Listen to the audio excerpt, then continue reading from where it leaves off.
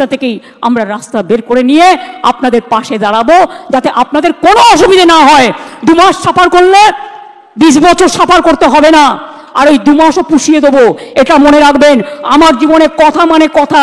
আমি যদি কাউকে কথা দিই, আমি লাস্ট পর্যন্ত সেই কাজটা করে দেখাই। পেশ হোক তবে তো খারিজ করবে। ওরা শুধুমাত্র রেজিস্ট্রিতে জমা দিয়েছেন, এখন সে রেজিস্ট্রি থেকে তারা আদালতে পেশ করবেন। আপনারা দেখছেন স্মার্ট নলেজ ইউটিউব চ্যানেল। তো বন্ধুরা, আশা করি আপনারা সকলেই জানেন। তো গত 3 তারিখে কিন্তু রিভিউ পিটিশন দাখিল করেছেন। বর্তমানে এখন রাজ্য সরকার এবং এসএসসি রিভিউ পিটিশন দাখিল করেছেন গত 3 তারিখে। তো আজকে আমরা এই ভিডিওতে বিস্তারিত সম্পূর্ণ তথ্য আলোচনা করব। এই যে রিভিউ পিটিশন দাখিল করেছেন রাজ্য সরকার এবং এসএসসি, তো এই রিভিউ পিটিশনে কি সবার চাকরি থাকবে? সবার চাকরি কি পুনরায় বহাল থাকবে? পরীক্ষা কি কোনো মতে হবে না? তো এই বিষয়ে বিকাশ রঞ্জন স্যার এবং ফিরদৌস শামীম স্যার কী বলেছেন, তো সমস্ত তথ্য আপনারা এই ভিডিওতে পাবেন। তো অবশ্যই বন্ধু ভিডিওটি সম্পূর্ণ দেখুন, শেষ পর্যন্ত দেখুন। চ্যানেল নতুন দর্শক অবশ্যই চ্যানেলটিকে সাবস্ক্রাইব করুন, সঙ্গে অর্চনা রাখবেন প্রতিনিয়ত যে কোনো সরকারি বেসরকারি সবার আগে চাকরির খবর আপডেট পাওয়ার জন্য। আপনারা অবশ্যই দেখতে পাচ্ছেন কেসে ডায়ের নাম্বার, সমস্ত ডিটেলস এখানে রয়েছে।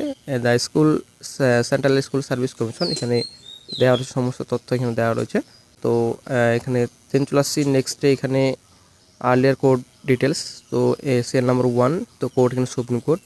তো এজেন্সি স্টেট আপনারা দেখতে পাচ্ছেন এখানে। তো কেস নাম্বার রয়েছে এবং অর্ডার ডেট রয়েছে এখানে 3/4/25 রয়েছে। তো সমস্ত তথ্য এখানে দেওয়া রয়েছে। তো বন্ধুরা, আশা করি আপনারা সকলেই জানেন যে 26,000 চাকরি বাতিল করা হয়েছে। তো 26,000 চাকরি বাতিল হওয়ার কারণ কিন্তু একটাই, যে যোগ্য অযোগ্য কিন্তু বাছাই করা সম্ভব হয়ে ওঠেনি। তো সেটা কিন্তু হাইকোর্টও হয়ে ওঠেনি, এবং সেটা তারপর কিন্তু সুপ্রিম কোর্টেও কিন্তু যোগ্য অযোগ্য বাছাই সম্ভব হয়ে ওঠেনি। তার জন্য কিন্তু প্যানেল বাতিল করা হয়েছে। তো এসএসসি 26,000 চাকরি বাতিল মামলায় সুপ্রিম কোর্টের রায় পুনর্বিবেচনা আর্জি জানালো রাজ্য এবং এসএসসি। শীর্ষ আদালতে পুনর্বিবেচনা আর্জি জানিয়েছে তারা। সুপ্রিম কোর্ট সূত্রে খবর, আগামী 8ই মে শুনানির সম্ভাবনা রয়েছে। ওই দিন মামলাটি শুনবে প্রধান বিচারপতি সঞ্জীব খান্না এবং বিচারপতি সঞ্জয় কুমার বেঞ্চ। এসএসসি এবং রাজ্য সরকার আগেই জানিয়েছিল যে পুরো রায় খতিয়ে দেখে পুনর্বিবেচনা আর্জি রিভিউ পিটিশন করা হবে। সেই মতো সুপ্রিম কোর্টে আবেদন জানালো রাজ্য। সুপ্রিম কোর্ট সূত্রে খবর, গত 3 এপ্রিল এসএসসি মামলা রায় ঘোষণা করেছিল, আর 3 মে রিভিউ পিটিশন করতে চেয়ে আবেদন করা হয়। আগামী 13 মে প্রধান বিচারপতি অবসর নেবেন। তার আগে আগামী বৃহস্পতিবার তার বেঞ্চে এই মামলা শুনানি হতে পারে। পুনর্বিবেচনা আর্জি খারিজ হতে পারে বলে মনে করছেন মূল মামলাকারীদের আইনজীবীরা।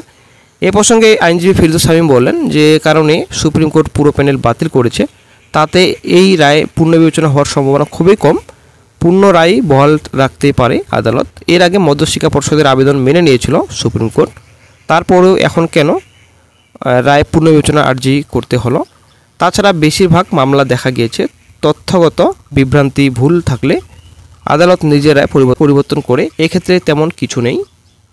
এবং এই বিষয়ে বন্ধুরা বিকাশ রঞ্জন স্যার কিন্তু অনেক কিছু কথা বলেছেন। বিকাশ রঞ্জন স্যার কথা বলেছেন যে এর আগে যে এমএ একটা ফাইল করা হয়েছিল, মিসলেন্স অ্যাপ্লিকেশন করা হয়েছিল, এই সুপ্রিম কোর্টে যেটা ডিসিশন ছিল 31শে ডিসেম্বর পর্যন্ত শিক্ষকের চাকরি থাকবে আপাতত, এবং নন টিচিং স্টাফ যারা রয়েছেন কোনো রকম কিন্তু চাকরি থাকছে না। ঠিক আছে, যেহেতু non teaching staff group C group টির ক্ষেত্রে কিন্তু দুর্নীতি বেশি হয়েছে, তার জন্য কিন্তু কোনো রকম কিন্তু স্বস্তির খবর নেই গ্রুপ সি গ্রুপ ডি কর্মীর। কিন্তু যারা শিক্ষক রয়েছেন, শিক্ষক কিন্তু 31শে ডিসেম্বর পর্যন্ত চাকরিতে যেতে পারবেন এবং বেতনও দিতে পারবেন। সরকার নির্দেশ কিন্তু দেওয়া হয়েছিল সুপ্রিম কোর্ট থেকে। তো তারপরে কিন্তু 31শে মের মধ্যে কিন্তু জারি করতে হবে, এটা কিন্তু রাজ্য সরকার এবং এসএসসিকে বলা হয়েছিল।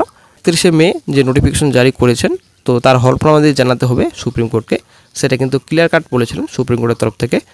কিন্তু এখন যেটা বলা হচ্ছে পুনর্বিবেচনার জন্য একটা আর্জি জানালো, যেটা রিভিউ পিটিশন করা হয়েছে সুপ্রিম কোর্টে। কিন্তু ওই রায় যদি, ওই ডিসিশন যদি মেনে নিয়েছে রাজ্য সরকার, এসএসসি, মধ্যশিক্ষা পর্ষদ, তো এখন তবে কেন তাহলে রিভিউ পিটিশন দাখিল করছেন, এটাই কিন্তু বিকাশ রঞ্জন স্যার বললেন। তো হয়তো সরকারি টাকা তো বুঝতেই পারছেন, নিজের টাকা হলে আলাদা ব্যাপার, সরকারি টাকা উড়াতে কোনো দ্বিধাবোধ নেই কারো। তো এই কথা, এবং এই কেসে কিন্তু লাখ লাখ টাকা খরচা করেছেন রাজ্য সরকার। তো তবে অযোগ্যদের কোনো মতেই বাঁচাতে পারবে না, এবং এই অযোগ্যদের জন্যই আজকে যোগ্যরা বলির পাঠা হয়ে গেছে। তো রাজ্য সরকারের উচিত এখন যদি কোনো রকম যোগ্য লিস্ট সাবমিট করে রিভিউ পিটিশনে, তাহলে কিন্তু বিবেচনার জন্য আলাদা একটা প্রসেস হতে পারে, নতুন কিছু দেখাতে হবে, তবে কিন্তু রিভিউ পিটিশন অ্যাকসেপ্ট হতে পারে এবং এটা শুনানির জন্য দিনক্ষণ ঘোষণা হতে পারে। এবং বিকাশ শর্মা স্যার এই কথাটা বললেন যে আইনগত দিক থেকে কিন্তু রিভিউ পিটিশন কোনো মতেই সম্ভব না। ঠিক আছে, রিভিউ পিটিশন যেটা করা হয়েছে সেটা কিন্তু অ্যাকসেপ্টেবল কোনো মতেই সম্ভব না, যেটা আইনগত দিক থেকে। কারণ রায় যেহেতু ওনারা মেনে নিয়েছেন রাজ্য সরকার এসএসসি, তো এখন আবার রিভিউ পিটিশন কিসের জন্য? তো বিকাশ শর্মা স্যার যেটা কথা বলছেন আসলে কিন্তু এই কথাটাই কিন্তু অনেকটাই গুরুত্বপূর্ণ কথা, কারণ আইনগত দিক থেকে কিন্তু কোনো মতেই থাকছে না। কারণ রায় তো মেনে নিয়েছেন, রায় যদি না মানতো ওটা আলাদা ব্যাপার। রায় কিন্তু রাজ্য সরকার এসএসসি মধ্যশিক্ষা পর্ষদ কিন্তু মেনে নিয়েছেন।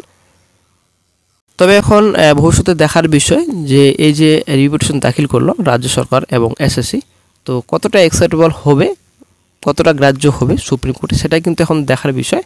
এবং সেই যদি অ্যাকসেপ্টেবল হয়, সেই যদি কোর্টে যদি অ্যাকসেপ্ট করে নেয় সুপ্রিম কোর্ট, তারপর কিন্তু হয়তো শুনানি হতে পারে এবং সেখানে কিন্তু ডিসিশন নেওয়া হবে। ঠিক আছে, কি হবে। তো বেশিরভাগ রিভিউ পিটিশন কিন্তু 99% কিন্তু এখানে অ্যাকসেপ্ট করা হয় না। তবে দেখা যাক এই যে মামলা রয়েছে 26 চাকরি বাতিল, এই মামলার রিভিউ পিটিশন অ্যাকসেপ্ট হয় কিনা, সেটাই কিন্তু এখন দেখার বিষয় ফিউচারে। তো বন্ধুরা, আজ যে 26,000 চাকরি বাতিল হয়েছে শুধুমাত্র এসএসসি রাজ্য সরকার এবং মধ্যশিক্ষা পর্ষদের জন্যই, আশা করি আপনারা সকলেই জানেন। আজ যদি সবাই মিলে যোগ্য অযোগ্য লিস্ট দিয়ে দিত সুপ্রিম কোর্টে কিংবা হাইকোর্টে, তবে কিন্তু আজ কিন্তু যোগ্যরা বেঁচে যেত। অবশ্যই যোগ্য ক্যান্ডিডেটস যারা আছেন, যোগ্য যারা চাকরি হারা রয়েছেন, তারা অবশ্যই কিন্তু বেঁচে যেত।